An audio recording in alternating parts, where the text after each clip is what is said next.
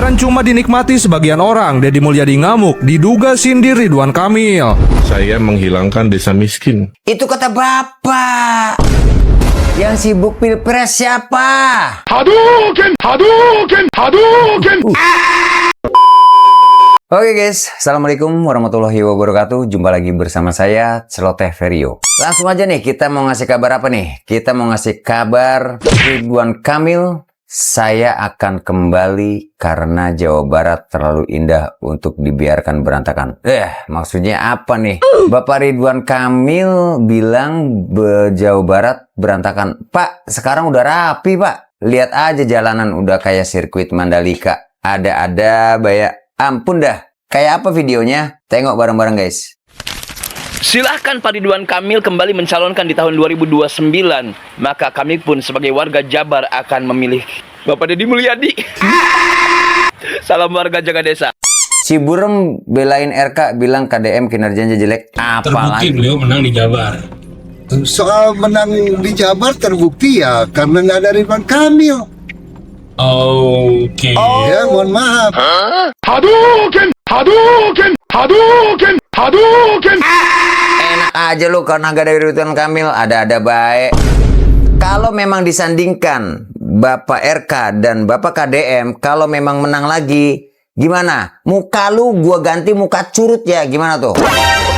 Si Dono, Donarta siapa itu? Nih kamu. Muka kamu saya ganti muka curut, gimana? Enak aja ngomong, wah bocah kurang soon, tek belek. Kalau ada incumbent Ridwan Kamil, mungkin nggak? Bisa jadi lawan terberat dari Mulyadi. Ya kan sudah jelas dulu pernah kalah kok.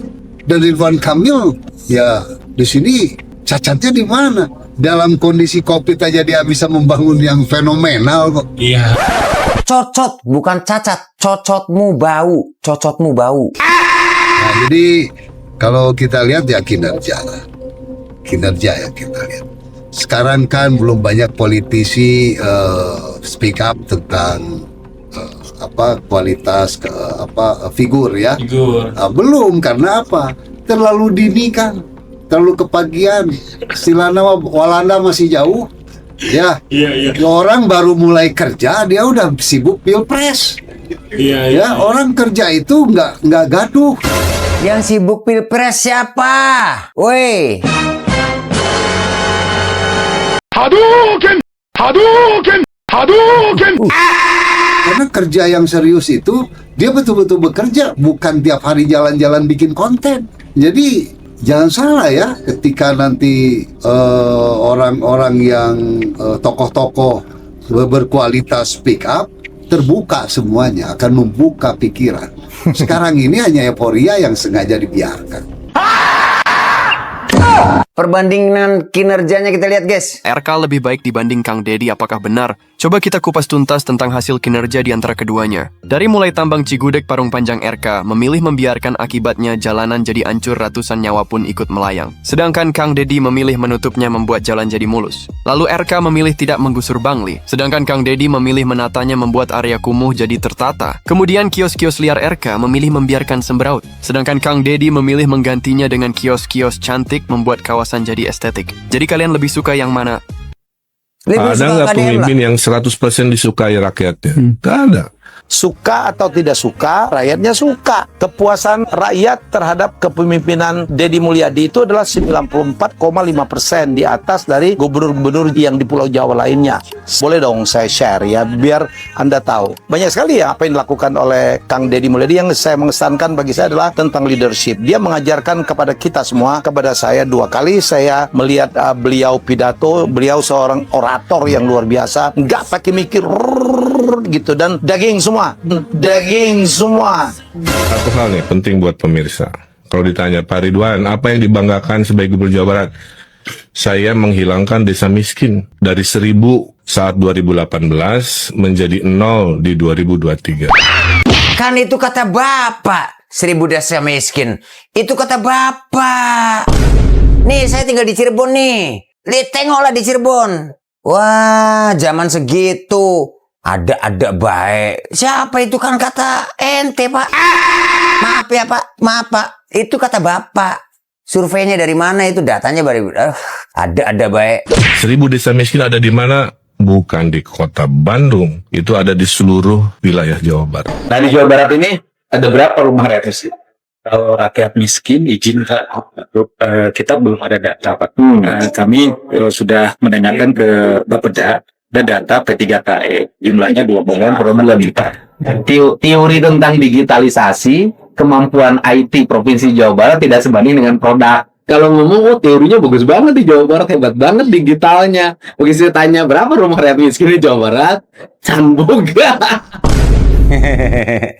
Panas. Deddy Mulyadi sindir kebijakan Ridwan Kamil di depan ribuan orang. Duit anggaran cuma dinikmati sebagian orang. Deddy Mulyadi ngamuk, diduga sindir Ridwan Kamil. Gak habis pikir dengan kelakuan pejabat yang cuma nyari untung. Duit miliaran sampai triliunan cuma dinikmati sebagian orang atas dasar kemajuan teknologi. Hal ini diungkapkan Kang Deddy saat menyampaikan pidato di depan ribuan orang. Kang Deddy terlihat begitu emosional, seolah-olah menyindir keras kebijakan-kebijakan terselubung yang ada di zaman gubernur sebelumnya. Dulu kebiasaan provinsi hanya monitoring dan evaluasi terhadap kabupaten kota, dan itu pakai duit dan gede. Hari ini nggak bisa. Kita pelaksana teknis yang harus secara bersama-sama. Maka nomenklatur anggaran dulu yang digital IT 700 miliar, IT ini 1,2 triliun, saya hapus semuanya. Kenapa? Ini tidak berpihak pada rakyat. Anggaran-anggaran yang mahal triliunan itu, yang aplikasi-aplikasi itu anggaran yang hanya dinikmati oleh beberapa orang atas nama intelektual. Dia menghegemoni keuangan negara, dia menjual produknya 1 triliun 500 miliar, itu hanya dibagi oleh 5 orang saja dengan atas nama intelektual. Seorang intelektual tidak boleh menyengsarakan komunal karena akan menjadi konflik sosial. Maka saya rubah anggarannya. Dirubah bagaimana? Dirubah menjadi pola pembangunan partisipasi. Apa yang paling utama adalah infrastruktur. Anda mau ngomong kemajuan apapun tidak bisa. Yang diharapkan oleh masyarakat hari ini di mana-mana teriak di media sosial cuma 2. Pak Dede, jalana goreng, Pak Dede. Yang kedua lagi, Pak Dede, imahna butut, Pak Dede bocor, Pak Dede. Dulu di Dinas Pendidikan Jawa Barat tidak 1 unit bangunan pun teranggarkan. 0. Saya rubah hari ini mendekati 1 triliun. Dulu anggaran infrastruktur jalan seprovinsi Jawa Barat ini hanya 400 miliar. Hari ini 3 triliun. Dulu anggaran untuk penerangan jalan PJU itu hanya sekitar 20 miliar. Hari ini mendekati 1 triliun. Dulu pasang listrik untuk warga miskin itu hanya 20 miliar. Hari ini 450 miliar. Jadi lonjakan anggaran infrastrukturnya mengalami kenaikan yang sangat tajam. Ditambah di tengah-tengah anggaran kita ini nurun, Pak, dari 37 yang dulu anggaran provinsi hari ini menjadi 31. Iya ya, nggak ada yang nyangka. Alamak. Kayaknya bakalan gak ada yang nyangka ya kalau Ridwan Kamil tuh bakalan sampai ke titik sekarang ini. Termasuk oleh orang-orang yang sebenarnya tahu kelakuan dia tuh selama ini kayak gimana loh. Tahun 2024 ke bawah kan citra dia bagus banget ya, positif banget. Pokoknya kalau ada yang ngomongin jelek tentang dia, mengkritik kebijakan dia, wah habis udah sama fanbase-nya di media sosial. Bahkan banyak pejabat-pejabat atau kepala daerah terutama yang ada di Jawa Barat itu ngikutin gaya-gayanya Ridwan Kamil tuh. Nah, ini jadi pelajaran nih buat kita semua nih sebagai warga negara. Kalau kita lihat misalkan ada pejabat-pejabat yang mengesankan diri atau mencitrakan diri sebagai orang yang penyayang keluarga, rajin ngaji, bersih dari korupsi, itu belum tentu coy. Jangan-jangan di belakangnya ya. Tapi sorry bro, kalau buat Bapak KDM, saya sebagai saksi hidup, bukan sok bagaimana guys, mohon maaf. Saya sebagai saksi hidup, setahun lebih saya ikut Bapak dan saya melihat Bapak di offline. Artinya tidak ada kamera di situ dan beliau sosok yang bijaksana. TOP BBGT top banget.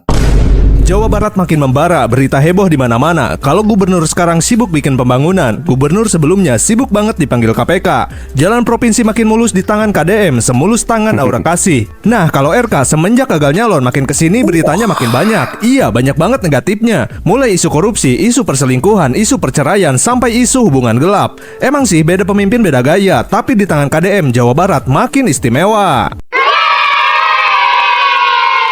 Ya betul lah. benar-benar mencengangkan terkait dana-dana yang ada di Pemprov Jawa Barat ini. Yang kemarin-kemarin itu terkait dana hibah kan. Nyampe gitu sampai melotot ngelihatnya kayak gitu kan. Terus terkait belanja media yang nyampe nominalnya itu sampai wadadidau banget gitu gedenya. Tapi viral mah kagak itu berita-beritanya. Kalau kata mantan gubernur sebelumnya gitu kan, saya sudah bekerja. Cuman sayang katanya beritanya nggak viral aja. Jadi masyarakatnya taunya saya nggak bekerja gitu kan.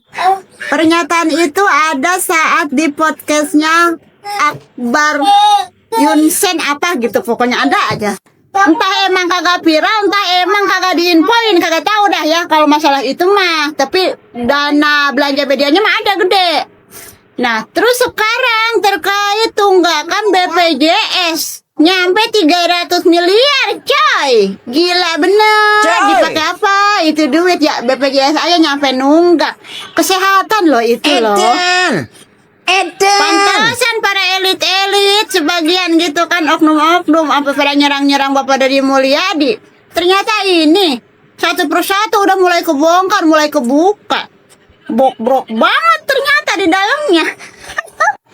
Kalau menurut gue sih ya, Pak Deddy Mulyadi ini tuh ngebongkar terkait ABC melalui medianya, melalui media sosial kepada masyarakat biar apa? Bukan dia ingin menjadi seperti yang dikeluarkan gitu Mulyono jilid 2 gitu kan. Enggak, kalau kata gue mah justru karena dia ada ketransparansian bersama masyarakat.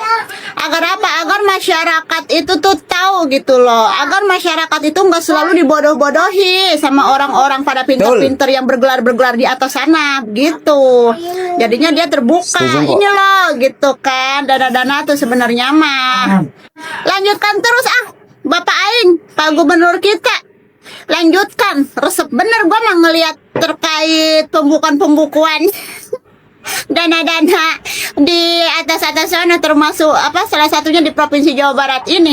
Resep gitu pembukuannya, kebayang gua mah jadi sekdanya liar kagak ya. Dana ini kemana, dana ini kemana gitu kan, sampai punya tunggakan. Ampun. Jangan-jangan tunggakan 300M itu tuh buat ntar gue sebutin meradang lagi fansnya sama gue. Ngerti meren lah itu yang si genteng pink. Udah gitu aja ya malam hari ini. Mencengangkan. Udah mencengangkan. Dana-dananya mencengangkan. Jantungan dah lo Dia kalau ngomong enak bener ya. Jembatan Jaya Perkasa. Dengan anggaran 72 miliar, jembatan ini mangkarak, besi mulai berkarat. Hanya tiang yang berdiri kokoh jadi saksi bisunya. Tapi di era Kang Deddy, dengan anggaran 55 miliar, jembatan usang disulap menjadi bangunan megah yang awalnya butuh waktu 40 menit sekarang menjadi 5 menit saja.